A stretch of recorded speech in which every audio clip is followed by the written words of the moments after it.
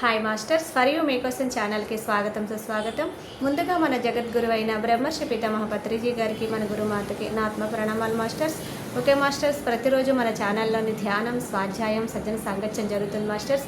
అలాగే జూమ్ సెక్షన్లో పాల్గొన్న మాస్టర్లకి, యూట్యూబ్లో చూస్తున్న మాస్టర్లకి ధన్యవాదాలు తెలుపుకుందాం. ఓకే మాస్టర్స్, ఈరోజు మన ఛానల్కి సీనియర్ పిరుడు మాస్టర్ గారైన సుజాత మేడం ఒంగోలు నుంచి వచ్చారు. మేడం గారిని సాదరంగా ఆహ్వానించుకుందాం. ఈరోజు మేడం చెప్పబోయే టాపిక్ మానవులలో రకాలు. ఈ గొప్ప ఆత్మజ్ఞానం అందించడానికి మేడం గారికి వెల్కమ్ చెప్తాం మాస్టర్స్. నమస్తే మేడం, వెల్కమ్ మేడం. నమస్తే అండి. ముందుగా మీ ఛానల్‌కు నన్ను ఆహ్వానించినందుకు ధన్యవాదాలండి.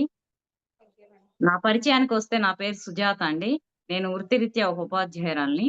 మాది ఒంగోలు.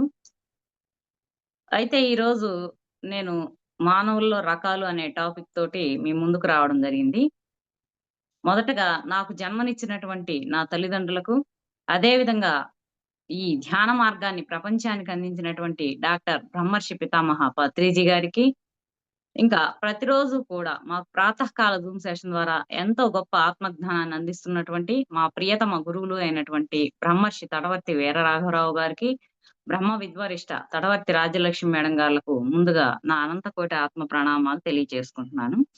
అదేవిధంగా ఈ జూమ్ సెషన్‌కి హాజరైనటువంటి ఆత్మ బంధువులకు, యూట్యూబ్ వీక్షిస్తున్నటువంటి ప్రేక్షకులకు అందరికీ కూడా నా ధన్యవాదాలండి.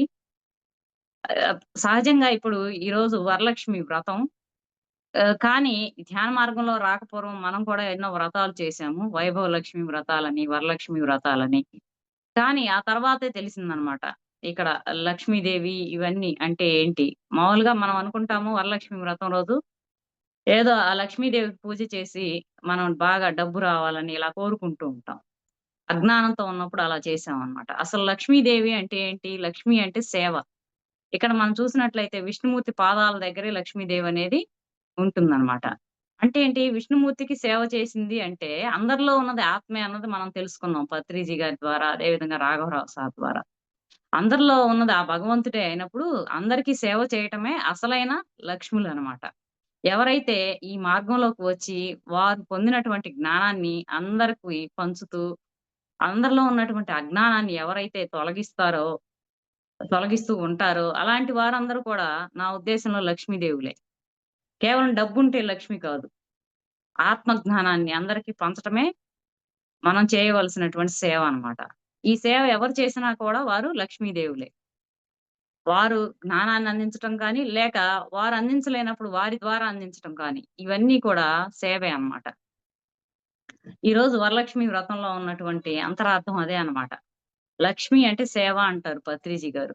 ఎప్పుడైతే మనం ధ్యాన సాధన చేసి పార్వతీదేవులుగా మారతామో, అంటే శక్తిని సంపాదిస్తామో, అప్పుడే మనము సరస్వతీ దేవులం అవుతాం. అంటే మనకి మనం ఆత్మలం అన్న విషయాన్ని మనం అనుభవపూర్వకంగా తెలుసుకుంటాం అన్నమాట. ధ్యాన సాధన ద్వారా. ఎప్పుడైతే మనం తెలుసుకుంటామో, మనం ఈ శరీరం కాదు, మనం ఆత్మలము అన్న జ్ఞానాన్ని మనం పొందినప్పుడు, అందరిలో ఉన్నది కూడా ఆత్మే, అందరూ భగవంతుని స్వరూపాలే అన్న విషయం మనకు తెలుస్తుందన్నమాట. ఈ గురువులు అందించేటువంటి జ్ఞానం ద్వారా. ఇలా ప్రతి ఒక్కరికి కూడా మనం ఈ ఆత్మ జ్ఞానాన్ని బోధిస్తూ, సేవ చేస్తూ ఉన్నప్పుడే మనం లక్ష్మీదేవులుగా అవుతాం అన్నమాట. అన్నిటికంటే ఉన్నతమైన సేవ ఏంటంటే జ్ఞాన సేవే అన్నమాట.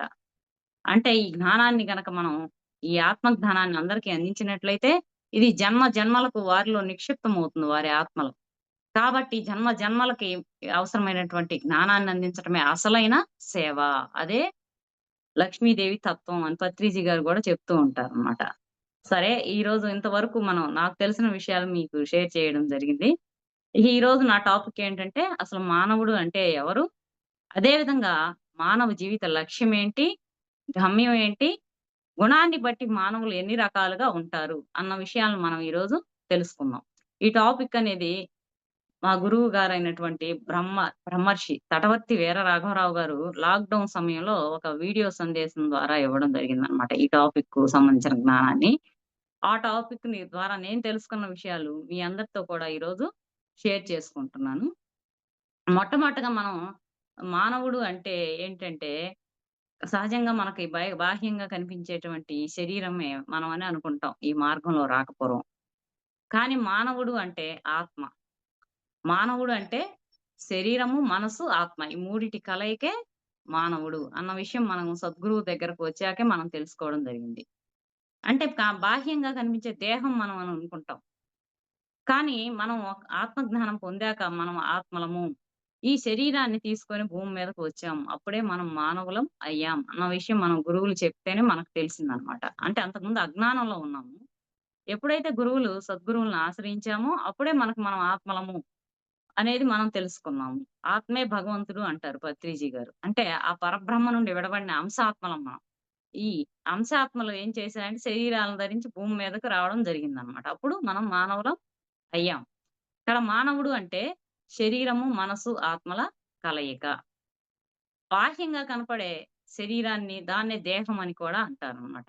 ఈ దేహంలో మనకి ఏ ఇంద్రియాలనేవి ఉన్నాయన్నమాట. ఈ దేహంలో ఇంద్రియాలనేవి బాహ్యేంద్రియాలు, అదే విధంగా అంతరేంద్రియాలు. ఈ 2 రకాలుగా ఉన్నాయన్నమాట మానవుల్లో. బాహ్యేంద్రియాలు అంటే బయటకు కనిపించే ఇంద్రియాలని బాహ్యేంద్రియాలు అంటారు. అంటే మనకి కనిపిస్తూ ఉంటాయన్నమాట. ఇక్కడ మనం చూసుకున్నట్లయితే ఇందులో 2 రకాలున్నాయి మరలా బాహ్యేంద్రియాల్లో. ఒకటి జ్ఞానేంద్రియాలు, 2 కర్మేంద్రియాలు. జ్ఞానేంద్రియాలు అంటే మనం జ్ఞానాన్ని సమీకరించే ఇంద్రియాలన్నమాట. అంటే ఇప్పుడు మన మొఖంలోనే ఉన్నాయి అన్నీ. కళ్ళు, ముక్కు, చెవులు, నాలుక, చర్మము. ఈ 5టిని గూడా మనం జ్ఞానేంద్రియాలు అంటాం. అంటే కంటి ద్వారా అనేక విషయాలను చూస్తూ ఉంటాము. అదే విధంగా చెవుల ద్వారా అనేక విషయాలు వింటూ ఉంటాము. నోటి ద్వారా మనము వింటూ ఉంటాము. తింటూ ఉంటాము. ఇక ముక్కు ద్వారా వాసన చూస్తూ ఉంటాము. నాలుక ద్వారా మనము రుచిని చూస్తూ ఉంటాము. చర్మం ద్వారా మనం స్పర్శ జ్ఞానాన్ని పొందుతాం. వీటిని మనం జ్ఞానేంద్రియాలు లేక ఈ ఆంగ్లంలో అయితే సెన్స్ ఆర్గాన్స్ అంటారనమాట. ఇంకా ఈ బాహ్యేంద్రియాల్లో రెండవ రకం ఏంటంటే కర్మేంద్రియాలు. అంటే కర్మలు చేసేవి. ఏదైనా సరే ఒక పనిని చేసేదాన్నే మనం కర్మ అంటాం గదా! ఈ కర్మేంద్రియాలంటే చేతులతోటి మనం పనులు చేస్తూ ఉంటాము. కాళ్ళతోటి మనం నడుస్తూ ఉంటాము, పరిగెత్తుతూ ఉంటాము. ఇంకా మూత్రద్వారం ద్వారా మూత్రాన్ని విసర్జిస్తూ ఉంటాము. మలద్వారం ద్వారా మలాన్ని విసర్జిస్తూ ఉంటాము. నోటి ద్వారా మాట్లాడుతూ ఉంటాము. ఆహార పదార్థాలను స్వీకరిస్తూ ఉంటామనమాట. వీటినే కర్మేంద్రియాలు అంటారు. అంటే ఈ జ్ఞానేంద్రియాలు 5 అదే విధంగా కర్మేంద్రియాలు 5. ఈ 10 ఇంద్రియాలు కూడా బాహ్యంగా కనిపించే ఇంద్రియాలు. అయితే అంతరేంద్రియము అయినటువంటి మనసనేది మన కంటికి కనిపించదనమాట. ఈ మనసు అనేది ప్రతి ఒక్కరికి కూడా ఉంటుంది. అంతరం అంటే లోపలనమాట. మనకు బాహ్యంగా కనిపించదు. మన లోపల మనసనేది ఉంది. అయితే మనసనేది కంటికి కనిపిస్తుందా అంటే కనిపించదు. కనిపించనంత మాత్రాన మనసు లేనట్లు కాదు గదా! అప్పుడప్పుడు మనం అంటూ ఉంటాం. నా మనసేదో బాగోలేదు. నా మనసుకి నచ్చిందే నేను చేస్తాను. అంటే మనసుకు నచ్చటం అంటే ఏంటి? అంటే నా ఇష్టమైంది చేస్తాను అని అంటూ ఉంటాం అన్నమాట. ఇంకా నా నాకు మనశ్శాంతి లేదు. ఇలా అంటూ ఉన్నాము అనంటే మనకు మనసనేది ఉన్నట్లే కదా! మన చుట్టూ కూడా గాలి వ్యాపించి ఉంది. అయినప్పటికీ కూడా మన కంటికి కనిపిస్తుందా? కనిపించదు. దాని యొక్క ప్రతాపం ఏదైనా ఒక తుఫాను అలా వచ్చినప్పుడు మాత్రమే మనకి ఈ గాలి అనేది ఉంది. దాని ప్రతాపం అనేది చూయించిందన్న విషయం మనకు అవగాహన అవుతుంది. అదే విధంగా మనసనేది కంటికి కనిపించదు. కానీ ప్రతి ఒక్కరిలో మనసనేది ఉంది. ఈ ఒక డాక్టర్ దగ్గరికి వెళ్లి మనం నా మనసును చూయించండి, ఆపరేషన్ చేసి ఇవ్వండి అంటే ఇవ్వగలరా? ఇవ్వలేరు. కానీ మన మనసు అప్పుడప్పుడు బాగలేనప్పుడు మనం అంటుంటాం అన్నమాట. నా మనసు బాగలేదు. నాకు మనశ్శాంతి లేదు. ఇలా అంటున్నామంటే మనకు మనసనేది ఉన్నట్లే కదా! అందరూ అంగీకరించవలసిన విషయమే. అయితే ఈ మనసు అనేది ఆలోచనల, కోరికల సమాహారమే మనసు. ఆలోచనల, కోరికల సమాహారమే మనసు అన్నమాట. అంటే మనసు ఏం చేస్తుంది? ఎప్పుడు కూడా ఆలోచిస్తూ ఉంటుంది. మానవుడు రోజుకు 65,000 నుండి 75,000 ఆలోచనలు చేస్తూ ఉంటాడు. ఇలా ఆలోచనలు చేస్తూ, చేస్తూ ఉండడం వల్ల మనం ఎంతో ఆత్మశక్తిని కోల్పోవడం జరుగుతుందనమాట. అంటే ఇక్కడ చూస్తే ఆహ్, కొందరైతే 1,00,000 ఆలోచనలు కూడా చేస్తూ ఉంటారు. ఇలా అనవసరమైన విషయాలు ఆలోచిస్తూ ఉండడం వల్ల మనం ఆత్మశక్తిని కోల్పోతాం. అంటే మనం ఆత్మలం కాబట్టి మన ఆత్మే అన్నిటికి మన ఇంద్రియాలకు అవసరమైనటువంటి శక్తిని అందిస్తుందనమాట. ఈ ఆలోచనలు అతిగా చేసినట్లయితే అతి సర్వత్రా వర్జయేత్ అంటారు గురువులు. ఏదైనా సరే అతిగా చేసినప్పుడు దానివల్ల ఎంతో నష్టం ఉంటుంది మనకు. ఎంతో మనం ఆత్మశక్తిని కోల్పోవడం జరుగుతుందనమాట. కోరికలు ఎప్పుడు కూడా మనసు ఏం చేస్తూ ఉంటుంది? కోరికలు కోరుకుంటూ ఉంటుంది. ఒక కోరిక తీరగానే మరి ఒక కోరిక, మ మరి ఒక కోరిక తీరగానే మరలా ఇంకొక కోరిక ఇలా పుడుతూనే ఉంటాయి. ఒక బావిలోని నీటిని తోడుతూ ఉన్నప్పుడు ఏం జరుగుతుంది? ఇంకా ఇంకా నీరు ఊరుతూనే ఉంటుంది. అదే విధంగా మానవుల్లో ఈ మనసు ఉండడం వల్ల కోరికలనేవి ఎప్పుడు వస్తూనే ఉంటాయి. వాటికి అంతం అనేదే ఉండదు. ఎప్పుడైతే ఈ కోరికలు అతిగా కలిగి ఉంటామో మనం, వాటిని తీర్చుకోవడానికి మనం ఎక్కువగా శ్రమించవలసి ఉంటుంది. ఇలా అప్పుడు శక్తిని కోల్పోతామనమాట మనం. అతిగా కోరికలు ఉండడం వల్ల మనం ఆత్మశక్తిని కోల్పోవడం జరుగుతుందనమాట. ఈ ఆలోచనలు, కోరికల సమాహారమే మనసనమాట. మనసనేది కంటికి కనిపించదు. కానీ ఇవన్నీ చేస్తూ ఉంటుందనమాట. ఆలోచనలు చేస్తూ ఉంటుంది, కోరికలు కోరుకుంటూ ఉంటుంది. ఇలా ఉండటం వల్ల మానవుడు ఎంతో ఆత్మశక్తిని కోల్పోవడం జరుగుతుందనమాట. ఇక మూడవది ఆత్మ. ఆత్మ అంటే భగవంతుడు. ఆత్మశక్తితోనే మన ఇంద్రియాలన్నీ గూడా పనిచేస్తున్నాయి. మన మనసు గూడా పనిచేస్తుంది. అన్నిటికి ఆధారం ఏంటంటే ఆత్మే అన్నమాట. ఈ ఆత్మ అనేది మన శరీరంలోనే ఉంది. వడ్ల గింజ మొన పరిమాణంలో హృదయ స్థానంలో దేదీప్యమానంగా రక్తనాడుల మధ్య ఉంటుందన్నమాట ఆత్మ. అయితే ఆత్మశక్తి అనేది శరీరంలోని ప్రతి కణంలోనూ వ్యాపించి ఉంటుంది. ఒక ప్రదేశం అంటూ ఈ ఉపనిషత్తులు చెప్పారు. అయితే ఈ ఆత్మ యొక్క శక్తి అనేది శరీరంలోని ప్రతి కణంలోనూ వ్యాపించి ఉంటుంది. ఈ భగవంతుని యొక్క శక్తి.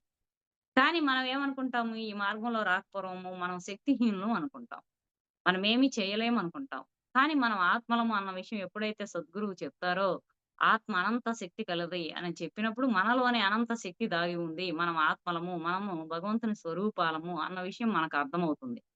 అందుకే స్వామి వివేకానంద గారు ఏం చెప్తారంటే, all power is within you. You can do anything, everything అంటారు. అంటే సమస్త శక్తి నీలోనే దాగి ఉంది. నువ్వేదైనా సాధించగలవు అని చెప్పారు. అంటే ఏంటి? తాను సాధన చేసి ఈ విషయాలన్నీ తెలుసుకున్నారు కాబట్టే, ఆ విషయాలు మనకు తెలియజేయడం జరిగిందనమాట. శక్తి అంతా నీలోనే ఉంది. ఆత్మశక్తి. దాన్ని వినియోగించుకొని నువ్వేదైనా సాధించగలవు అని చెప్పారనమాట. ఇక మానవుడు అంటే సాధించలేనిది ఏదీ లేదనమాట. అందుకే కృషి ఉంటే మనుషులు ఋషులవుతారు. మహాపురుషులవుతారు అనే సాంగ్ గూడా మనకి తెలియజేయబడింది. ఈ సినిమాల్లో సాంగులు కేవలం మనం వినోదాత్మకంగా చూస్తే ఉపయోగం లేదు. దానిలో ఉన్నటువంటి విజ్ఞానాన్ని తెలుసుకొని, దాన్ని మనం జీవితంలో ఇంప్లిమెంట్ చేసుకున్నప్పుడే మనం ఏదైనా సాధించగలము అన్నది నాకు అర్థమైందనమాట. గురువులు అందించేటువంటి జ్ఞానం ద్వారా. అంటే నీలోనే అనంతమైన శక్తి దాగి ఉంది అంటే ఏంటి? నువ్వు ఆత్మవు. నీలో ఉన్న ఆ శక్తిని శ్వాస మీద ధ్యానం ద్వారా మేల్కొల్పుకో అని చెప్పడం జరిగింది పత్రిజీ గారు కూడా. అంటే ఇక్కడ మానవుడు అంటే శరీరము, మనసు, ఆత్మ. ఈ మూడిటి కలయికే మానవుడు. సహజంగా మనం ఆత్మలం. మన గురించి మనం తెలుసుకోవాల్సిన అవసరం ఉంది కాబట్టే ఈరోజు అసలు మానవుడు అంటే ఎవరు? మానవ జీవిత లక్ష్యం ఏంటి? గమ్యం ఏంటి? గుణాన్ని బట్టి మానవులు ఎన్ని రకాలుగా ఉంటారు అనే టాపిక్ నేను ఈరోజు తీసుకోవడం జరిగిందనమాట. ఇక మానవుడు అంటే ఏంటో మనం తెలుసుకున్నాము. మానవుడు అంటే శరీరము, మనసు, ఆత్మ. శరీరం అనేది పంచభూతాలతో తయారైనది. అదే విధంగా మనసు అనేది ఆలోచనల, కోరికల సమాహారము. మనం తీసుకునే ఆహార పదార్థాల ప్రభావం గూడా మన మనసుపై ఉంటుంది. మనము శుద్ధ సాత్వికమైన ఆహారాన్ని తీసుకున్నప్పుడే మన మనసనేది శుద్ధంగా ఉంటుందనమాట. ఆత్మ అంటే భగవంతుడు. ఆ భగవంతుని నుండి విడవడిన అంశ ఆత్మలం మనం. భాగాలం. అంశ అనగా భాగం. కాబట్టి ఆ భగవంతుడు మనలో కూడా ఉన్నాడు. మనలో ఉన్నటువంటి శక్తిని మనం మేల్కొల్పుకోవాలి అన్నమాట. తర్వాత మానవ జీవిత లక్ష్యం ఏంటి? సహజంగా మనం ఏమనుకుంటామంటే, అజ్ఞానంతో ఉన్నప్పుడు ఈ మార్గంలో రాకపోవడం, మానవునికి ప్రత్యేకమైన లక్ష్యం అంటూ ఏమీ లేదు అని అనుకుంటాం. అదే విధంగా మానవుడు ఎక్కడికి గమ్యం అంటూ ఏమీ లేదు అనుకుంటాం. కానీ మానవ జీవిత లక్ష్యం ఏంటి? మానవుడు అంటే ఎవరిక్కడ? ఆత్మే. ఆత్మ కాబట్టి మన గురించి మనం తెలుసుకోవాలి. ఆత్మ జ్ఞానాన్ని పొందాలి. మానవ జీవిత లక్ష్యం ఏంటంటే ఆత్మ జ్ఞానాన్ని పొందాలి. సద్గురువుల ద్వారా మనం ఆత్మ జ్ఞానాన్ని పొంది, మనం ఆత్మలాగా ప్రవర్తిస్తూ మన జీవిత గమ్యమైనటువంటి సత్యలోకానికి చేరుకోవాలి. లక్ష్యం ఏంటంటే పూర్ణ జ్ఞానాన్ని పొందాలి. అంటే ఆత్మ జ్ఞానాన్ని సద్గురువుల ద్వారా మనం పొందాలన్నమాట. ఎప్పుడైతే మనం జ్ఞానాన్ని పొందుతామో మనం ఆత్మలము, అనేక జన్మలుంటాయి. మనం ఎలా ప్రవర్తించాలి, ఎలా ప్రవర్తించకూడదు, ఇలాంటి విషయాలన్నీ కూడా తెలుసుకుంటాం అన్నమాట. ఎలాంటి కర్మలు చేయాలి, ఎలాంటి కర్మలు చేయకూడదు, ఇలా తెలుసుకొని మనం ఆత్మల్లాగా ప్రవర్తించగలగాలి. ప్రవర్తించగలిగే ఆత్మానుభూతిని పొందాలి. అదే విధంగా ఆత్మ దర్శనాన్ని పొందాలి. అప్పుడే మనము మన జీవిత గమ్యమైనటువంటి సత్యలోకానికి చేరుకుంటాం. సత్యలోకం అంటే ఏంటి? అన్నిటికంటే ఉన్నతమైనటువంటి లోకం అన్నమాట. ఇక్కడ సృష్టిలో చూస్తే 14 భువన భాండాగారాలున్నాయి అని పత్రిజీ గారు చెప్తూ ఉంటారు. 14 భువన భాండాగారాల్లో ఊర్ధ్వలోకాలు, అధోలోకాలు అని 2 రకాలుగా ఉన్నాయి. అధోలోకాలంటే ఇక్కడ చూసినట్లయితే భూలోకానికి క్రింది ఉన్న లోకాలను అధోలోకాలంటారు. భూలోకంతో పాటు పైనున్నటువంటి లోకాలను ఊర్ధ్వలోకాలు చెప్తూ ఉంటారు పత్రిజీ గారు. అంటే చిట్ట చివరిది అయినటువంటి సత్యలోకాన్ని చేరుకోవడమే మానవ జీవిత గమ్యం అన్నమాట. మన గమ్యం ఏంటే మనం సత్యలోక వాసులం. ఈ భూమి మీదకు వచ్చాం. అనేక జన్మలు తీసుకున్నాం. అనేక జన్మల్లో ఎంతో జ్ఞానాన్ని సంపార్జించాం. ఈ జ్ఞానాన్ని మనం ఇంప్లిమెంట్ చేసుకుంటూ చిట్ట చివరికి మన జీవిత గమ్యమైనటువంటి సత్యలోకానికి మనం చేరుకోవాలి. ఊర్ధ్వలోకాలంటే మనకి సినిమాల్లో కూడా మనకు ఈ సినిమాలు ఇవి చూస్తున్నప్పుడు కూడా మనకి కొన్ని సన్నివేశాల ద్వారా మనకు తెలుస్తుందన్నమాట డైలాగ్స్ ద్వారా. ఇక్కడ చూస్తే అధోలోకాలంటే అతల, వితల, సుతల, తలాతల, రసాతల, మహాతల, పాతాళ లోకాలు అని ఎన్టీఆర్ డైలాగ్ చెప్తూ ఉంటారు. అదే విధంగా భూలోకం తర్వాత ఉన్న భువర్లోకం, సువర్లోకం, జనాలోకం, మహాలోకం, తపోలోకం, సత్యలోకం అని 7 ఉన్నాయి. ఇవన్నీ కూడా ఊర్ధ్వలోకాలు అని పత్రిజీ గారు చెప్తూ ఉంటారు. ఈ ఊర్ధ్వలోకాల్లో చిట్ట చివరిదైనటువంటి సత్యలోకానికి చేరినప్పుడే మనకి జన్మరాహిత్యం అనేది ఉంటుంది. మానవుని జీవిత లక్ష్యం ఏంటంటే జన్మలు లేకుండా చేసుకోవడం అన్నమాట. ఇంక సత్యలోకానికి గమ్యం ఏంటంటే సత్యలోకానికి చేరుకోవడం అన్నమాట.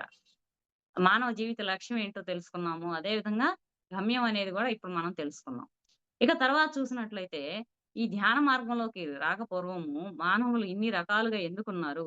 వారి ప్రవర్తన ఈ విధంగా ఎందుకుంది? అందరూ ఒక రకంగా ఎందుకు లేరు? అన్న ప్రశ్నలు నాలో ఉండేయన్నమాట. ఎప్పుడైతే నేను ఒక సద్గురువు దగ్గరకు చేరుకున్నానో, అంటే ఇక్కడ రాఘవరావు సార్ దగ్గరకు చేరుకున్నానో, అప్పుడు నేను ఈ విషయాలన్నీ కూడా వీటికి సంబంధించిన జ్ఞానాన్ని పొందగలిగానన్నమాట.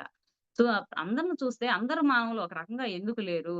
వారు చూడటానికి మాత్రం ఆకారంలో ఒకే రకంగా ఉన్నారు. కానీ వారి ప్రవర్తన అనేది భిన్నంగా ఉంది. ఒకరికొకరికి సంబంధం లేదు. ఏంటి?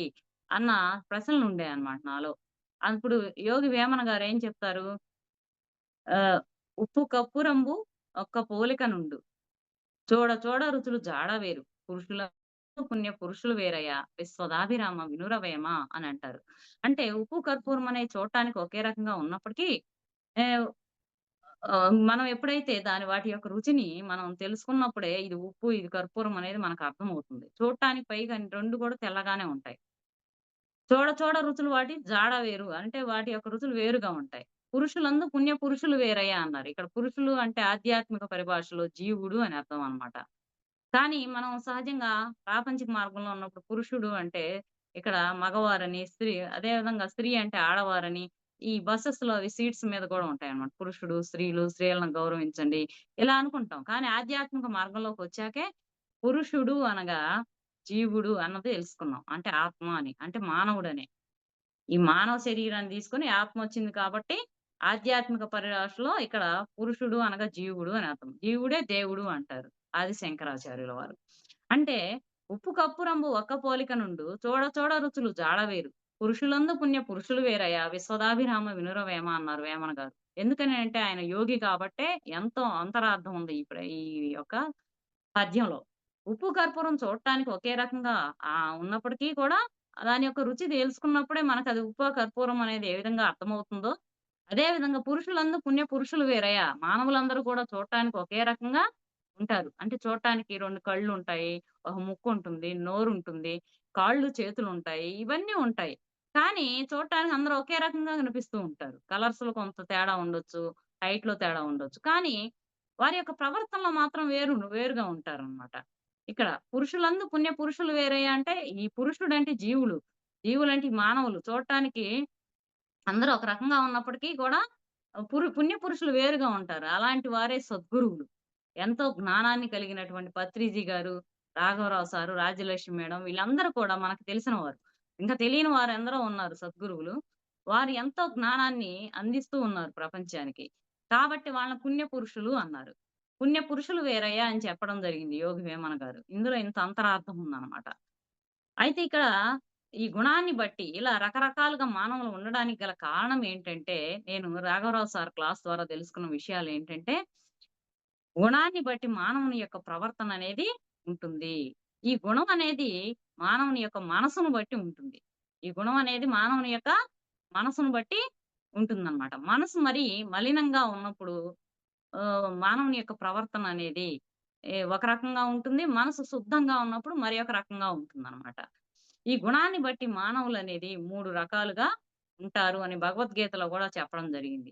శ్రీకృష్ణ భగవానుడు. ఆహ్, ఆహ్, ఇక్కడ 4 రకాలుగా అయినటువంటి మానవుల గురించి ఈరోజు మనం తెలుసుకుందాం. 1 తమోగుణ ప్రధానమైన మానవుడు. 2 రజోగుణ ప్రధానమైన మానవుడు. 3 సాత్విక గుణ ప్రధానమైన మానవుడు.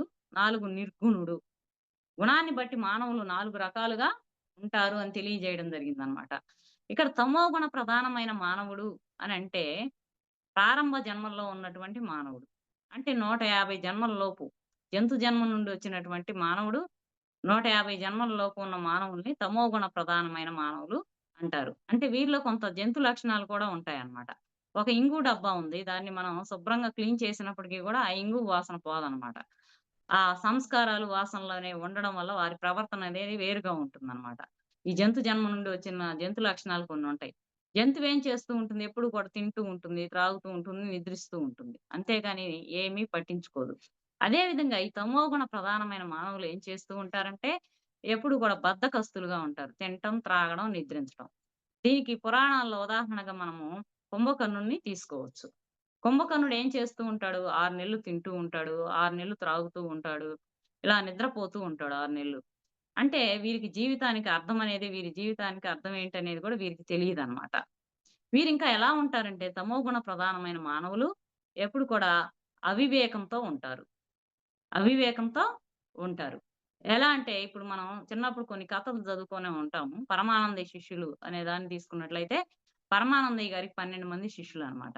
ఆ 12 మంది కూడా పరమానందయ్య గారు పక్క ఊరికి వెళ్ళవలసొచ్చినప్పుడు ఈ 12 మంది శిష్యులను తీసుకొని వెళ్తారనమాట. వెళ్ళినప్పుడు ఒక ఏరు దాటవలసి వస్తుందనమాట. ఆ ఊరెళ్ళే క్రమంలో. ఆ ఏరు దాటే సమయంలో పరమానందయ్య గారు ఏం చెప్తారంటే, "మీరందరూ ఏరు దాటి అందరూ ఉన్నారా లేదా ఒకసారి చూడండి" అని చెప్పి అన్నప్పుడు, ఈ శిష్యుల్లో ఒకరు ఏరు దాటి ఎంటనే అందరూ దాటాక బోరున విలపిస్తూ ఉంటాడనమాట. పరమానందయ్య గారు ఏం జరిగిందని అడిగినప్పుడు, ఒకరు కనిపించట్లేదు, ఏరులో మునిగిపోయారని ఏడుస్తూ ఉంటాడనమాట. వెంటనే పరమానందయ్య గారు చూస్తే ఏమవుతుందంటే, ఈ లెక్కించిన వాడు తనను లెక్కించుకోలేదనమాట. అందువల్ల 11 మందే వచ్చారు, 11 మందే వచ్చారని విలపిస్తూ ఉంటాడు. అంటే ఇంత అవివేకంతో ఉన్నారు. అవివేకంతో ఉన్నారు కాబట్టే అది గ్రహించలేకపోయాడనమాట. అదే విధంగా ఈ మానవుడు కూడా ఎప్పుడు కూడా అవివేకంతో ఉంటాడనమాట. ఇంకా ఎలా ఉంటాడు అంటే, ఈ తమోగుణ ప్రధానమైనటువంటి ఈ మానవుడు ఎప్పుడు కూడా మూర్ఖుడుగా ఉంటాడు. తాను పట్టుకున్నటువంటి కుందేలుకి మూడే కాళ్ళు అని అంటారు. అంటే కుందేలుని పట్టుకున్నప్పుడు చేతిలో 3 కాళ్ళనేవి కనిపిస్తూ ఉంటాయి. నాలుగో కాలు చేతిలో ఉంటదనమాట. అయినా గమనించడనమాట. నేను పట్టుకున్నటువంటి కుందేలుకి 3 కాళ్ళు, 3 కాళ్ళని మూర్ఖంగా మాట్లాడుతూ ఉంటాడు. అంటే ఇప్పుడు మనం మూర్ఖుని మనసు రంజింపలేము అని అంటుంటాం. ఆ మూర్ఖుని మనసు రంజింపలేం. మూర్ఖునికి ఏదైనా విషయం చెప్పామనుకో వారసలు గ్రహించరు. బోర్లించిన కొండ మీద నీళ్లు పోసిందాంతో సమానం. అంటే ఏంటి మనం ఏం చెప్తున్నా గూడా వాళ్ళసలు తీ తీసుకోరనమాట. కొండ మీద నీళ్లు పోస్తే ఏమవుతుంది? బోర్లించిన దాని మీద మొత్తం కిందకే పోతాయి. మూర్ఖుడే గూడా అలానే ఉంటాడనమాట. మూర్ఖత్వంలో ఉన్నప్పుడు మనం ఏం చెప్పినా కూడా నాకు తెలిసిందే కరెక్టు, నాకు తెలిసిందే కరెక్టు అని వాదిస్తూ ఉంటాడు. ఇక్కడ మనం ఒక ఉదాహరణగా ఇక్కడ విగ్రహం అనేది భగవంతుడు కాదు అని మనం జెప్తామనుకోండి. అసలు భగవంతుడు ఎక్కడున్నాడు? అసలు ఈ జన్మలున్నయ్యా? జన్మలు ఎవడు చూడబోయాడు? ఇలా మాట్లాడుతూ ఉంటాడనమాట. అసలు భగవంతుడే లేడు. అది ఇది అని అంటూ ఉంటాడు. ఇంకా మాంసాహారం తినగూడదు అనంటే, నేను తింటాను. మాంసం బలం గదా! ఇలా మాట్లాడుతూ ఉంటాడనమాట. ఈ తమోగుణ ప్రధానమైనటువంటి మానవుడు. ఇంకా ఎలా ఉంటారంటే వీళ్ళు ఎప్పుడు కూడా ఇతరులను అనుకరిస్తూ ఉంటారు. ఇమిటేట్ చేస్తూ ఉంటారు. అంటే వీరు ఏది గూడా సొంతంగా చేయరనమాట. ఎందుకంటే వీరు అవివేకంలో ఉన్నారు కాబట్టి, వీరు ఇతరులు ఏది చేస్తే అది చేస్తూ ఉంటారు. అనుకరిస్తూ ఉంటారు. తమకంటూ సొంత నిర్ణయం అంటూ ఏమీ ఉండదు. ఎప్పుడు కూడా ఇతరులను చూసి చేస్తూ ఉంటారనమాట. ఏ పని చేసినా కూడా. ఇంకా అజాగ్రత్తగా ఉంటారు. జీవితంలో వీరెప్పుడు కూడా అజాగ్రత్తగా ఉంటారు.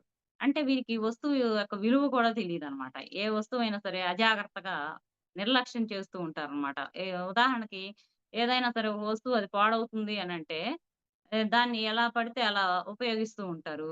ఇంకా ఏదైనా ఒక కరెంట్ బిల్ కట్టమన్నామనుకోండి, ఆ కరెంట్ బిల్లు కట్టడానికి టైం అయిపోతుంది. తర్వాత ఎక్కువ ఫైన్ కట్టాల్సొస్తుందని మనం చెప్తున్నప్పటికి కూడా వినరనమాట. వినకుండా అలానే నిర్లక్ష్యం చేస్తూ, టైమ్ పాస్ చేస్తూ, ఆ ఫైన్‌లుతో మరి కడుతూ ఉంటారు. అంటే సహజంగా ఒక ఉదాహరణ ద్వారా అయితే మనకు బాగా అర్థమవుతుందన్న విషయంతోటి నేను ఇలా చెప్పడం జరిగిందనమాట.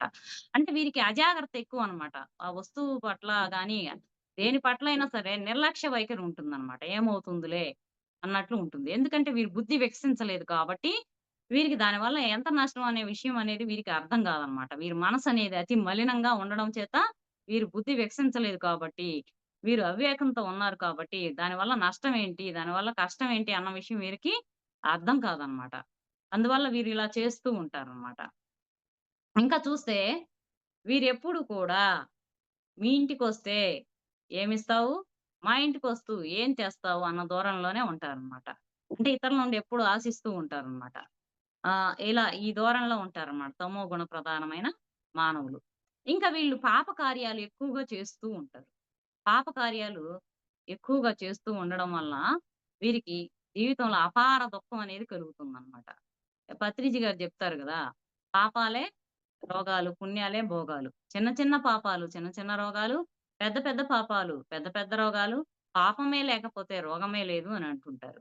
అంటే వీరెప్పుడు కూడా ఎక్కువగా పాప కార్యాలు చేస్తూ ఉంటారు. అందువల్ల అపారమైన దుఃఖాన్ని పొందుతూ ఉంటారు జీవితంలో. వీరింకా ఏం చేస్తూ ఉంటారంటే, ఎప్పుడు కూడా సోమరిపోతుల్లాగా ఉంటారనమాట. ఏ పని చేయరు. ఇంకా ఇతరుల యొక్క బాధని, కష్ట సుఖాలను అర్థం చేసుకోరు. ఎందుకంటే వీరు మనసనేది మలినంగా ఉందనమాట. అందువల్ల వీరు అలా ఉంటారనమాట. ఇంకా చూస్తే వీరినే మనం తామసిక గుణం అని అంటామనమాట. తమో గుణాన్ని తామసిక గుణం. బద్ధకస్తులుగా ఉంటారనమాట. తామసిక గుణం అని అంటారనమాట. ఈ తమో గుణాన్ని. ఇక్కడ కుంభకర్ణుడిని మనం ఉదాహరణగా చెప్పుకున్నాము. ఇక రెండవది రజోగుణ ప్రధానమైన మానవులు. ఈ రజోగుణ ప్రధానమైన మానవులేంటంటే రాక్షసత్వంతో కూడినవారు. అంటే కోరికలనేవి అతిగా ఉంటాయి వీరికి. అంతే కాకుండా వీరు అజ్ఞానంలో ఉంటారు. అజ్ఞానం అంటే ఆత్మజ్ఞానం లేకపోవడం. వీరికి తాము ఆత్మలమి మరలా మరలా జన్మలుంటాయి. ఈ విషయాలన్నీ తెలియవనమాట. కేవలము మనం దేహాలం అన్నట్లుగానే ఉంటారు. ఇంకా అందువల్ల కుటుంబ సభ్యుల పట్ల ఎక్కువ మమకారంతో ఉంటారు. అతి ప్రేమతో చూయిస్తూ ఉంటారనమాట. కేవలం వారి కోసమే వచ్చాము అన్నట్లుగా ఉంటుంది వీరి జీవితం. ఈ రజోగుణ ప్రధానమైన మానవులు. ఇంకా వీరు లోభత్వంలో ఉంటారు. అంటే పిసినారులుగా ఉంటారనమాట. వీరేంటంటే తమకున్నటువంటి ధనాన్ని గూడా తమ అవసరాలకు గూడా ఖర్చు పెట్టుకోరనమాట. ఎప్పుడు కూడా ధన సంపాదన మీద దృష్టి పెడుతూ, అతిగా సంపాదిస్తూ తమకు అవసరమైనటువంటి వాటికి కూడా వినియోగించుకోకుండా కష్టాలు పడుతూ ఉంటారు. అంటే లోభత్వంలో ఉంటారనమాట. తన వరకు తాను చూసుకుంటారు. తన కుటుంబ సభ్యులకి మాత్రమే తనకున్న ధనాన్ని ఉపయోగిస్తూ ఉంటారు. ఇంకా ఏం చేస్తూ ఉంటారంటే వీరు నిషిద్ధ కర్మలు చేస్తూ ఉంటారు. నిషిద్ధ కర్మలు అంటే నిషేధించబడిన కర్మలు. అంటే అస్సలు చేయకూడనటువంటి కర్మలు. భగవద్గీతలో కూడా నిషిద్ధ కర్మలు చెప్పడం జరిగిందని రాజ్యలక్ష్మి మేడం చెప్తూ ఉంటారు. నిషిద్ధ కర్మలు అంటే మాంసాహారం భుజించటము, అదే విధంగా దొంగతనాలు చేయటము, వ్యభిచారం చేయటము, జోదం ఆడడము, మద్యపానం సేవించటము. వీటన్నిటిని నిషిద్ధ కర్మలు అంటారు. అంటే చేయకూడనివన్నమాట. మనం ఏదైనా సరే ఒక నిషిద్ధ ప్రదేశము అని రాసిన దగ్గర కంటే ఏంటి అక్కడికి వెళ్ళకూడదు అని. ఒక ట్రాన్స్‌ఫార్మర్ దగ్గర నిషిద్ధ ప్రదేశం అని రాసుంటది. అంటే అది ఆ విద్యుత్తు దగ్గరకి ఆ ట్రాన్స్‌ఫార్మర్ దగ్గరకెళ్తే మనకేదో నష్ కష్టం జరుగుతుంది, నష్టం జరుగుతుందనే నిషిద్ధ ప్రదేశం అని రాస్తారనమాట ఏదన్నా లీక్ అయితే. అదే విధంగా ఇలా చేయకూడని పనులు, నిషిద్ధ కర్మలు చేస్తూ ఉంటారనమాట. రజోగుణ ప్రధానమైన మానవులు. ఇలా చేస్తూ ఉండడం వల్ల వీరు కూడా దుఃఖానికి గురవుతారు. కాకపోతే తమో గుణంలో వాళ్ళు అపార దుఃఖాన్ని పొందుతారు. వీరు వాళ్ళ మీద కొంత బెటర్ అన్నమాట. వీరు ఇలా చేయటం వల్ల దుఃఖాన్ని పొందుతారనమాట. ఇంకా వీరి యొక్క లక్షణం ఏంటి అంటే ఎప్పుడు కూడా గొప్పలు చెప్పుకుంటూ ఉంటారు. అంటే నేనే గొప్ప, నాకే అన్నీ తెలుసు, నేనెవరు చెప్పని వినవలసిన అవసరం లేదు. నేను చెప్పినట్టే అందరూ వినాలి. ప్రపంచంలో అందమైనవన్నీ నాకే కావాలి. అన్నీ నాకే కావాలి అన్నట్లుగా ఉంటారు. ఇక్కడ మనకి రజోగుణానికి ఉదాహరణగా మనం రావణాసురుడిని చెప్పుకోవచ్చనమాట. పురాణాలను తీసుకున్నట్లయితే. అంటే వీరెప్పుడు కూడా నేర్చుకోవడానికి ఇష్టపడరు. అన్నీ నాకే తెలుసు అన్న అహంకారంతో ఉంటారు. మమకారంతో ఉంటారు. అహంకారము అంటే అంతా నేనే గొప్ప, నాకే అన్నీ తెలుసు, వాళ్ళు చెప్పింది నేను ఇనేదేంటి ఆ! అన్న భావనలో ఉంటారు. ఇంకా పాపకర్మలు ఎక్కువ చేస్తూ ఉంటారనమాట. అహంకారంతో ఉన్నటువంటి వ్యక్తి అనేది పెద్ద రోగిష్టి అని అనుకుంటారు. అంటే ఎవరు చెప్పినా ఇనరనమాట. నాకే అన్నీ తెలుసు అన్న భావనలో ఉంటారు. ఎప్పుడు కూడా మూఢత్వంలో ఉంటారు. అందరూ చేసేదే కరెక్ట్ కదా! విగ్రహంలో భగవంతుడు మనం లేడని జెప్తుంటే అందరూ ఎందుకు జేస్తున్నారు పూజలు? ఇలా మూఢ నమ్మకాలతో ఉంటారు. అందరూ ఏది చేస్తే అది చేస్తూ ఉంటాడనమాట. ఇంకా చూస్తే వీరు ఎప్పుడు కూడా వీరి యొక్క కర్మలు ఎలా ఉంటాయంటే, నేనదిచ్చాను కదా! దాని బదులు నువ్విదిస్తే బాగుండు. అంటే ఫలితాన్ని ఆశించి కర్మలు చేస్తూ ఉంటారు. ఈ రజోగుణ ప్రధానమైన మానవులు ఫలితాన్ని ఆశించి కర్మలు చేస్తూ ఉంటారు. ఏదైనా సరే ఒకటి ఏదైనా సహాయం చేస్తే ఎవరికైనా నాకు పుణ్యం వస్తుంది గదా! అన్న భావంతోటే చేస్తారనమాట. నా పుణ్యం వస్తది ఇది జేస్తే అని చెప్పి అన్న భావంతోటే చేస్తారు. అంటే ఫలితం ఆశించి కర్మలు చేస్తూ ఉంటారనమాట. ఇంకా ఎలా ఉంటారు అంటే రజోగుణ ప్రధానమైనటువంటి ఈ మానవులు ఎలా ఉంటారంటే ప్రాపంచిక విషయాల పట్ల ఆసక్తిని కనబరుస్తూ ఉంటారు. ప్రాపంచిక విషయాల పట్ల ఆసక్తిని కనబరుస్తూ ఉంటారు. ఎప్పుడు కూడా ఇతరుల విషయాలు చెప్పుకుంటూ ఉంటారు. వాళ్ళట్లా, వీళ్ళిట్లా భోగట్టాలు చేస్తూ ఉంటారనమాట. సమయాన్ని వృధా చేసుకుంటూ ఉంటారనమాట. ఈ మేడం చెప్తూ ఉంటారు. ప్రాపంచిక విషయాలనేవి విషంతో సమానము. విషం అనేది ఒక్కసారి చంపేస్తే అష్టావక్రుల వారు చెప్పారనమాట. విషం అనేది ఒక్కసారి చంపేస్తే విషయాలనేవి క్షణం చంపుతాయంట మానవుని. మన సాధకులు ఈ విషయాలనేవి చెవినేసుకున్నప్పుడు ఏమవుతుందంటే, ధ్యాన సాధన సమయంలో ఈ విషయాలన్నీ గుర్తొచ్చి ధ్యానం అనేది కుదరకుండా చేస్తాయన్నమాట. కాబట్టి ఈ రజోగుణ ప్రధానమైన మానవులు ఏం చేస్తూ ఉంటారు, ప్రాపంచిక విషయాల పట్ల ఆసక్తి కనబరుస్తూ ఉంటారు. అందువల్ల అలాంటి చోటకి వెళ్లి మనం ఎక్కువగా వాళ్ళ విషయాలు వినకూడదు. ధ్యానం సరిగా కుదరదు అని చెప్తూ ఉంటారు మేడం. విషయం అనేది చూస్తే క్షణం చంపుతుంది. విషం అనేది ఒక్కసారే చంపుతుంది అని అష్టావక్రుల వారంత గొప్ప వ్యక్తి చెప్పారు అంటే, అందులో ఎంతో అర్థం అందులో మనం ఆచరించవలసినుంటేనే వారు చెప్పారు. మనం ఆచరించవలసిన అవసరం ఉంది అనేది నేను గ్రహించాననమాట. ఇంకా వీళ్ళు ఏం చేస్తూ ఉంటారంటే, వీళ్ళు పాపకర్మలు చేస్తూ ఉంటారు కాబట్టి వీరు కూడా దుఃఖానికి గురవుతారనమాట. తమోగుణం కంటే కొంచెం బెస్ట్ అనమాట వీళ్ళు. ఇలా ఉంటారు వీళ్ళు. ఈ రజోగుణాన్ని రాజసిక గుణం అని కూడా అంటారనమాట. ఇక మూడవది సాత్విక గుణ ప్రధానమైనటువంటి మానవులు. ఈ సాత్విక గుణంలో ఉన్నప్పుడే మనం ఈ ధ్యాన మార్గంలోకి రావడం జరుగుతుందనమాట. రాజలక్ష్మి మేడం ఎప్పుడు చెప్తారు. సాత్విక గుణంలోకి వచ్చాకే ఈ ధ్యానం పట్ల ఆసక్తి, సత్యం పట్ల ఆసక్తి కలుగుతుంది. సత్యం అంటే భగవంతుని పట్ల. ఈ ఆసక్తి కలుగుతుంది. ఈ మార్గంలోకి వస్తారు.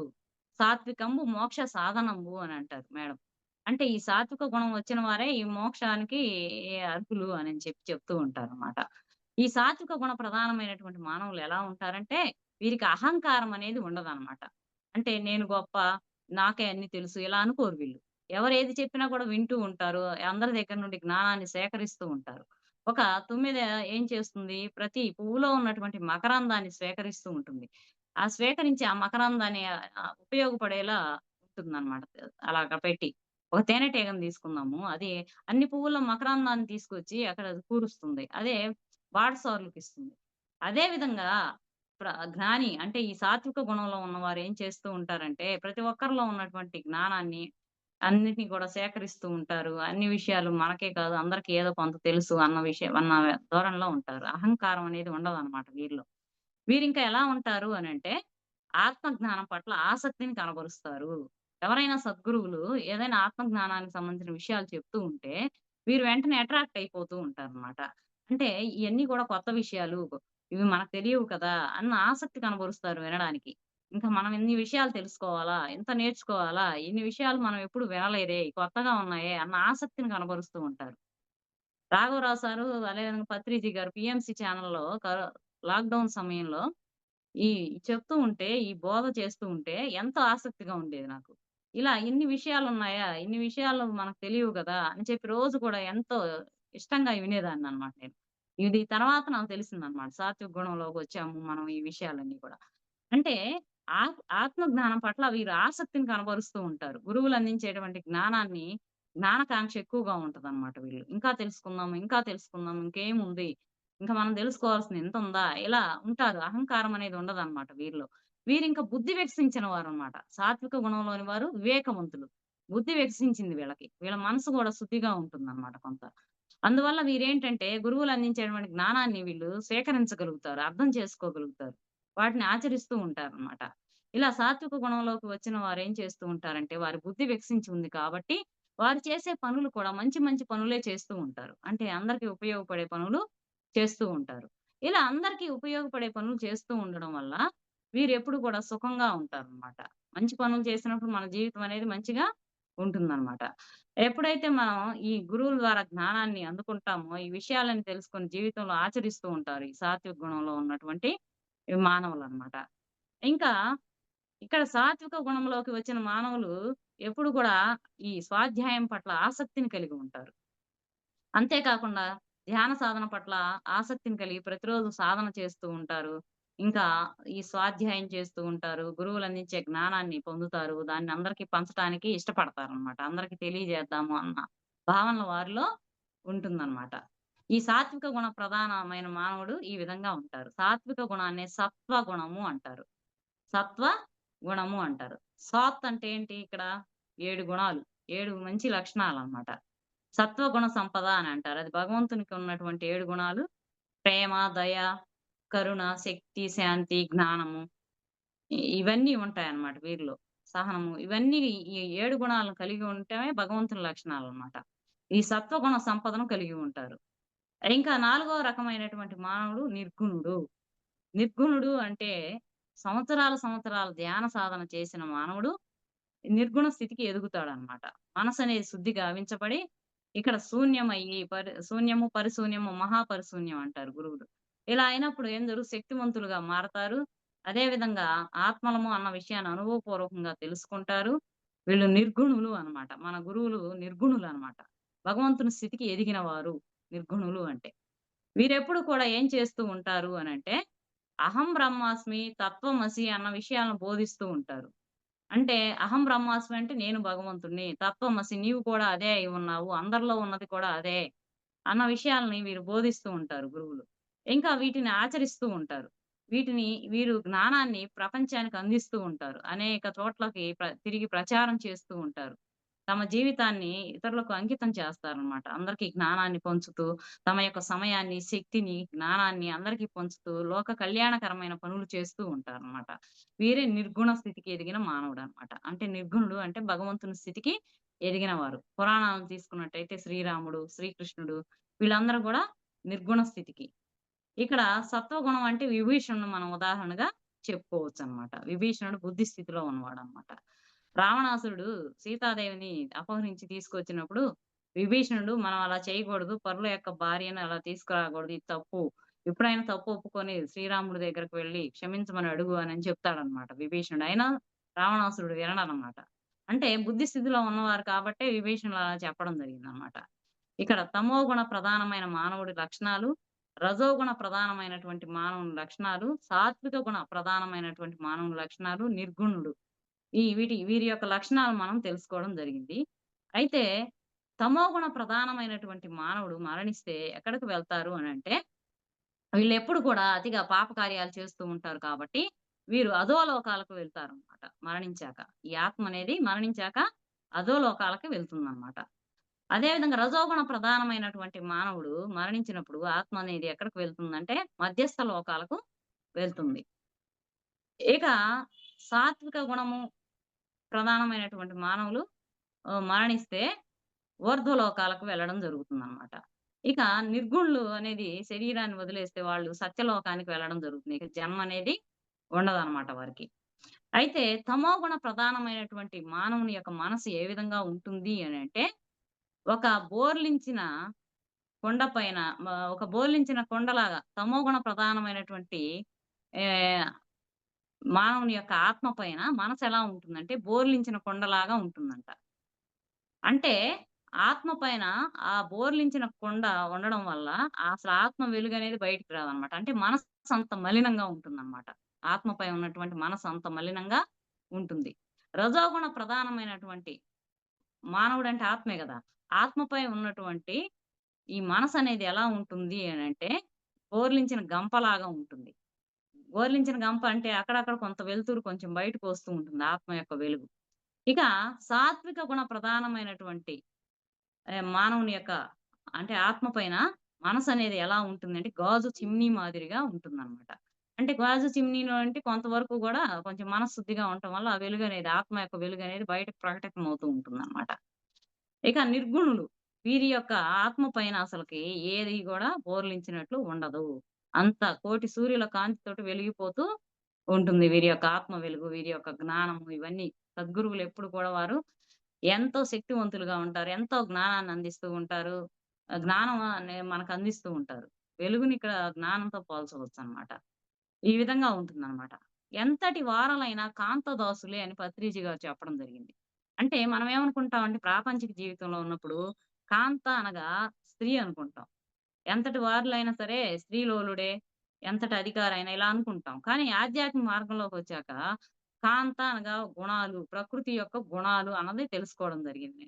అంటే తమోగుణ ప్రధానము, రజోగుణ ప్రధానము, సాత్విక గుణము, నిర్గుణం అని చెప్పుకున్నాం కదా మనం.